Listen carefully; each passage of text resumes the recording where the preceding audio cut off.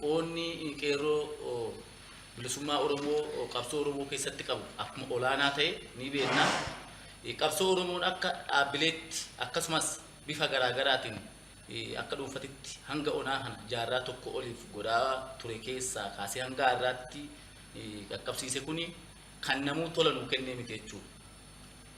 Qabsoofnee itti dhabnee itti ajjeeffamnee itti biyyarraa ari'amnee itti beelofnee itti dhoobonnee arganne waan ta'eef kuni firii qabsoo uummata keenyaa ta'uu baranii kuni firii yookiin bu'aa hayyoota gootota keenya ola deemoo dhiiraa dubartiin keenya Oromiyaaf jecha baasan ta'uu beekee jechuudha. Qeerroon keenya qabsoo gara fuulduraattis egeree Oromiyaa yookiin biyya teenya Oromiyaatiif akkasumas bilisummaa uummata keenyaa birmadummaa uummata keenyaaf jecha qabsoo guddaan akka isa eeggatu beekee jechuudha.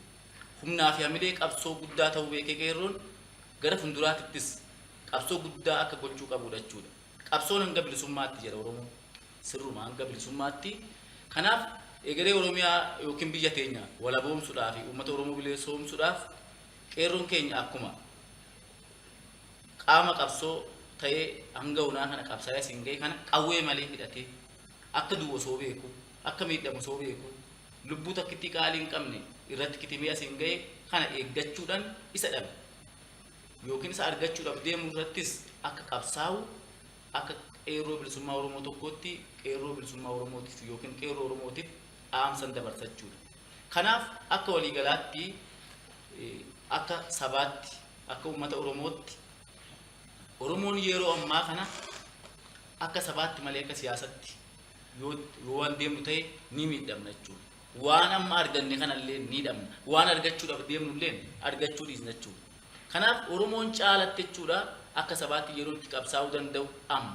Kun immoo maalirra dhaabbanne yoo jenne fedhii fi faayidaa dhuunfaa dhiisnee fedhii fi faayidaa garee dhiisnee fedhii fi faayidaa dhaabbilee siyaasa Oromoollee dhiisnee fedhii fi faayidaa uummata keenyarra dhaabbachuudhaan miira uummata keenyaa dubbisuudhaan waan uummanni keenya barbaadu waan waloo waliin dhabne bu'uura godhachuudhaan irra dhaabbannee qeerroon bilisummaa Oromoo akkuma kana duras qaama qabsoo Oromoo gameessa barbaachisaa fi murteessaa ta'e kana hubachuudhaan karaa dheeraa isaa fi kana xumuruudhaaf akka qabsaa'uu qabu akka wal bira dhaabbachuu qabu ni beekna. Kaleessa dhaabatu ture har'a dhaabbileedha dhaaba gochuu qabna jechuudha.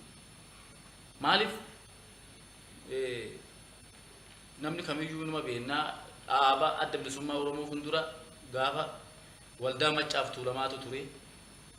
Waldaa Maccaaf Tuulamaatirraa dhaaba roorroon dhalee dhaaba roorroon dhalche adda bilisummaatu dhalatee dhaabni kuni dhaaba miti ani akka kiyyatti jechuudha. Uummanni Oromootis ni beeka eenyummaa Oromooti maalummaa uummata kanaati aadaa seenaa safuu walumaa gala waan uummanni kun qabu du'ee jiraatee umurii dheeraa umurii nama tokko waggaa 40 ol dhaaba qabsaa'e kuni qabsoo Oromoo keessatti qooda olaanaa qaba.